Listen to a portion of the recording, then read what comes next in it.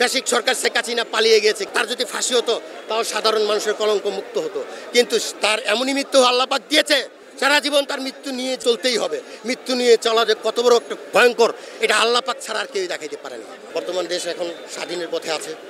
আমরা চাই না নতুন নতুন হয়ে, আমরা চাই না দেশকে একটা অরাজকর সৃষ্টি করতে, আমরা চাই না দেশকে আরেকটা স্বৈরাচার তৈরি করতে, আমরা চাই না দেশকে সাধারণ মানুষকে ভুক্তভোগী হওয়ার জন্য, আমরা চাই কিভাবে দেশকে এগিয়ে নিয়ে যাওয়া যায়, আমরা চাই কিভাবে দেশকে শান্তি রাখা যায়, দেশের আইন শৃঙ্খলা বাহিনী শান্তি রাখা যায়, ঠিক আছে, দেশের প্রত্যেকটা নাগরিকের অধিকার যাতে ভালো থাকে, আমরা চাই দেশের মানুষ যাতে উন্নয়ন হয়, উন্নয়নশীল হয়, সারা পৃথিবীর মানুষকে বন্ধু করে নিয়ে, ঠিক আছে, সারা পৃথিবীর মানুষকে সঙ্গে করে নিয়ে তাদের হৃদয় দিয়ে সামনের দিকে দেশকে এগিয়ে নিয়ে যাওয়ার জন্য, এটাই আমরা চাই। ঠিক আছে, আমরা শুরু থেকে কষ্ট করে আসছি রাজপথে, এখন আমরা চাঁদাবাজ হয়ে গেছি।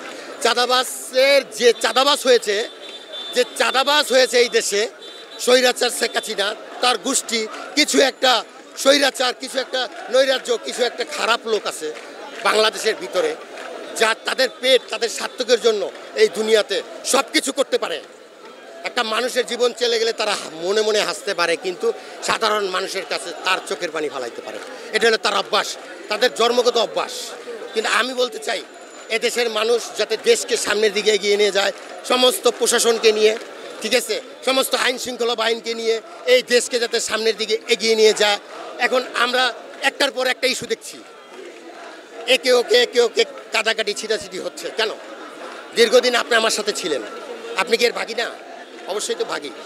দীর্ঘদিন আমার ক্ষমতায় ছিলেন, আমার দলে ছিলেন, এখন আপনি কেন খালি মাঠ পেয়ে আমাকে পল্টি দিলেন? তার মানে সাধারণ মানুষকে কেন ধোকা দিলেন? হ্যাঁ, কেন সাধারণ মানুষকে ধোকা দিলেন? আমরা তো এটা কখনো আশা করিনি। ঠিক আছে, যে যার যোগ্যতা সে ঠিকই আল্লাহ পাক তাকে ওইখানে দেবে, কখনো ভুল হবে না। ঠিক আছে, বেসিক সরকার শেখ হাসিনা পালিয়ে গেছে, কিন্তু তার যদি ফাঁসি হতো তাও সাধারণ মানুষের কলঙ্ক মুক্ত হতো, কিন্তু তার এমনই মৃত্যু আল্লাহ পাক দিয়েছে, ঠিক আছে, সারা জীবন তার মৃত্যুবরণ করতেই হবে, সারা জীবন তার মৃত্যু নিয়ে যে চলতেই হবে। মৃত্যু নিয়ে চলা যে কত বড় একটা ভয়ঙ্কর, এটা আল্লাহ পাক ছাড়া আর কেউই দেখাইতে পারে না। কার ভাষা নিয়ে চলছে তার আগে এটাকে দেখতে হবে। ঠিক আছে, কার রাজনীতিক নিয়ে খেলছে, কার দেশে হাজার হাজার জেলায় জেলায় হাজার হাজার বিঘা জমি লুটপাট করে খেয়েছে, এটাকে দেখতে হবে। এই অর্থ কার উপরে এখন ব্যয় হচ্ছে দেখতে হবে। এটাই রাজপথের সাধারণ মানুষের অর্থ কোথায় যাচ্ছে। এখন সারা পৃথিবী থেকে বলা হচ্ছে, সাধারণ মানুষের তরফ থেকে, ঠিক আছে, সাধারণ মানুষের তরফ থেকে বলা হচ্ছে, দেখেন নির্বাচন আপনার আর আমার জন্য না, নির্বাচন সাধারণ মানুষের জন্য। এখন আমি যদি ধরে রাখি যে ওই এমসিটি, আমি যদি ধরে রাখি ওই জামাত, আমি যদি ধরে রাখি ওই বিএনপি, এটা হবে না। আমি ধরে রাখতে হবে সবাই মিলে একত্র হয়ে কাঁধে কাঁধ মিলিয়ে হাত মিলিয়ে দেশকে এগিয়ে নিয়ে যাওয়ার জন্য, আইন শৃঙ্খলা বাহিনীকে সহযোগিতা করার জন্য, দেশকে শান্তি শৃঙ্খলা রাখার জন্য এবং দেশকে সামনের দিকে ডেভেলপমেন্ট করার জন্য। ঠিক আছে, নিজের পেটের জন্য না, ডেভেলপমেন্ট করার জন্য। আমরা চাচ্ছি, ইতিমধ্যে ডিসেম্বরে তো বলাই হয়েছে, কিন্তু ডিসেম্বরের কথা বলতেছি না, আমরা চাচ্ছি যে সাধারণ মানুষের, আপনি দেখেন, যদি আপনি বলেন, গণমাধ্যমিক বলে, ঠিক আছে, সবসময় বলে আসছে, ঠিক আছে, আজকে থেকে বলে আসছে না, এর ভিতরে বলতে বলতে বলতে বলতে কতটি মানুষ খুন হয়েছে, কতটি মানুষের কলঙ্কিত হয়েছে, এর দায় ভাই কে নিবে? এই আইনগুলোর পরিচালনা কখন হবে? হ্যাঁ, কোন সরকার এসে করবে বলেন?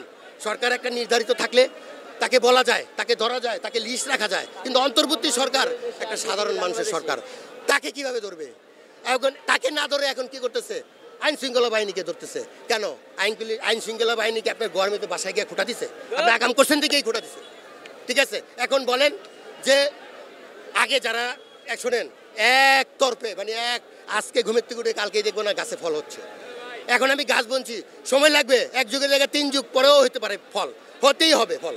কিন্তু বিষয়টা হচ্ছে নির্বাচন। আমরা চাই না দিনের পর রাতে হোক, রাতের পর দিনে হোক, আমরা চাই সাধারণ নিরপেক্ষ নির্বাচন হোক। আগে সব মানুষ বলে আসছে, সাধারণ মানুষও বলে আসছে, আমরা চাই। শোনেন, এক পর এক নাম দিলে হবে না। পিয়ার মিন কি? নির্বাচন। দেশের নির্বাচন হবে সাধারণ মানুষের নির্বাচন, একটা মানুষও বাদ যাবে না।